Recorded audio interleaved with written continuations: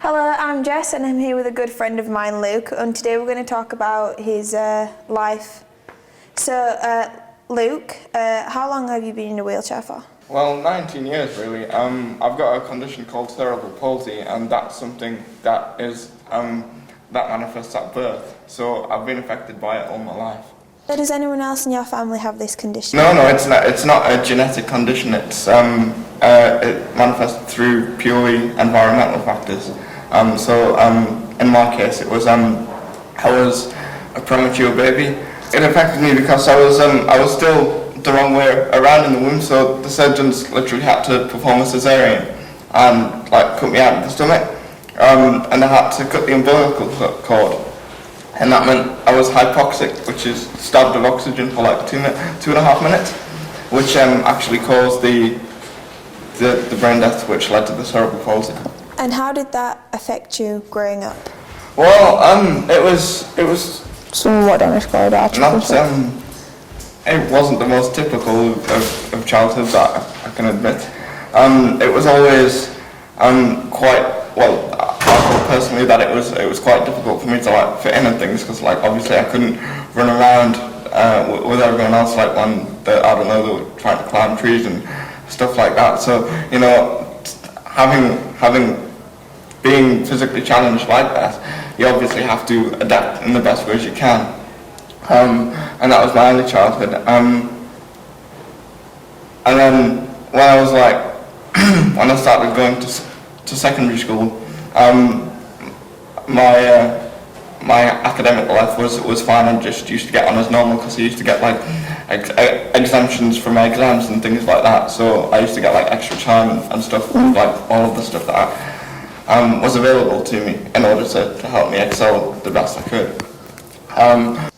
Do you find your academic life is important to you then? Well, yeah, it's certainly more important when conducting a kind of cost-benefit analysis, because the way I think about it is if I'm going for a job interview, and so if I concentrate on my academic life and I can safely employ, well, I've got this skill, I've got that skill, I can do this and that, and go, right, you're hired. If I concentrated on my physical fitness, and I'm in the same situation where the employer says, right, what skills have you got to do this job for me? And I say, well, I can walk to the interview. I mean, that's not really going to get you the job. What do you hope to do after university? I'm not really sure yet. One of the major options that I'm considering at the minute is getting the bachelor's degree in forensic psychology, which is a course that I'm on, and then pursuing that further to do a master's, because of the economy in recession at the minute, there aren't many jobs even for graduates out there. So if I can stay in the education system for as long as possible, I think that might maximise my chances. Have you found it easier to adjust to your life? Well, has anybody really? Yeah. It's life is a continual process. I mean, it's going to be different for me because of my disability.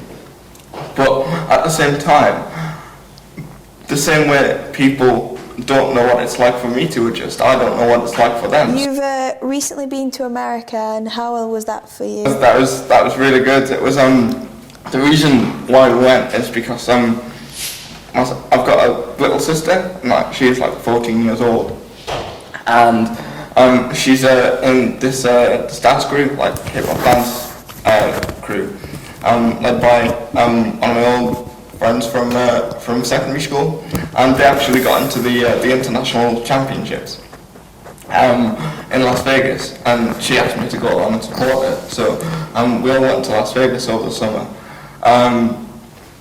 And that was really good. There were one or two things that kind of I didn't really understand about the place, the culture. How do you feel about people asking you questions about your disability? Well, it's something that I've had to kind of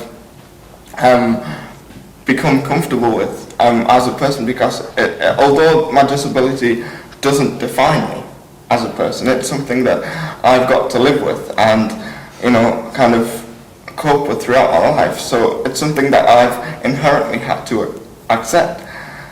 So with people asking me questions about it because they're curious. It doesn't bother me at all, because it's something that, if I can help somebody else by answering questions that they've got, then I'm all for it. I don't mind it.